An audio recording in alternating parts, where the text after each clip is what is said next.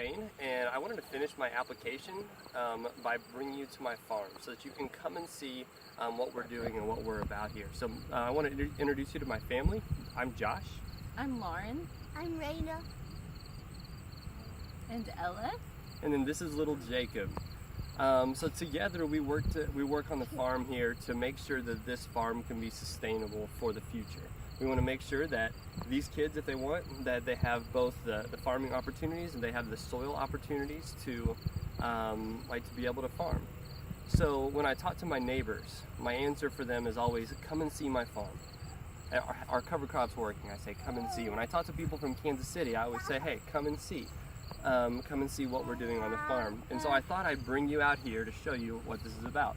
If you look in the background, this corn doesn't look real impressive, but you need to know that in our area we're having a really bad regional drought. My neighbors are estimating between 50 and 80 bushel per acre, and the yield estimates that we've done on this field are between 150 and 170, depending upon where we go. So what we've tried to do in this field is we've planted this field into a 12-way mixture of cover crops. That's been able to provide a lot of the nitrogen that we had. We ended up getting about 100 pounds per acre of nitrogen from the diverse mix of legumes and grasses that we had.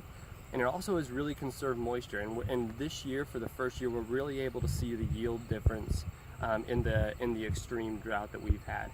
We're about 15 inches of rain under the yearly average. The other thing that you see is kind of strange. You'll notice a path of grass down the middle of this field. And this is because this fall, coming up in about a month, we're going to plant chestnut trees in this field, and we're going to do a practice called alley cropping. Part of that is because it captures nutrients and it reduces the nitrogen and phosphorus loads that end up in our water in a pond down the hill.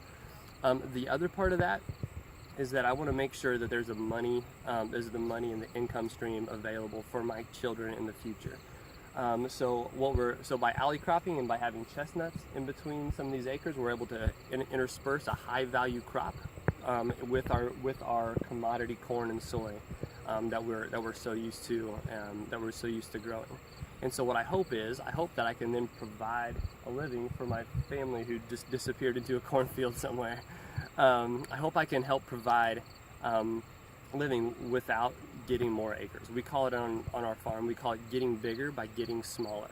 Instead of me having to take land from other people so that my kids can come back into the family and farm, what I hope is that we're able to maximize the income, the revenue that we have on our acreage, and that we can get back to this idea that this farm can support 6 families. Our 600-acre farm can support 6 families. That's starting this fall, and so we'll see how it goes. Thank you for considering my application, and I appreciate the opportunity to talk.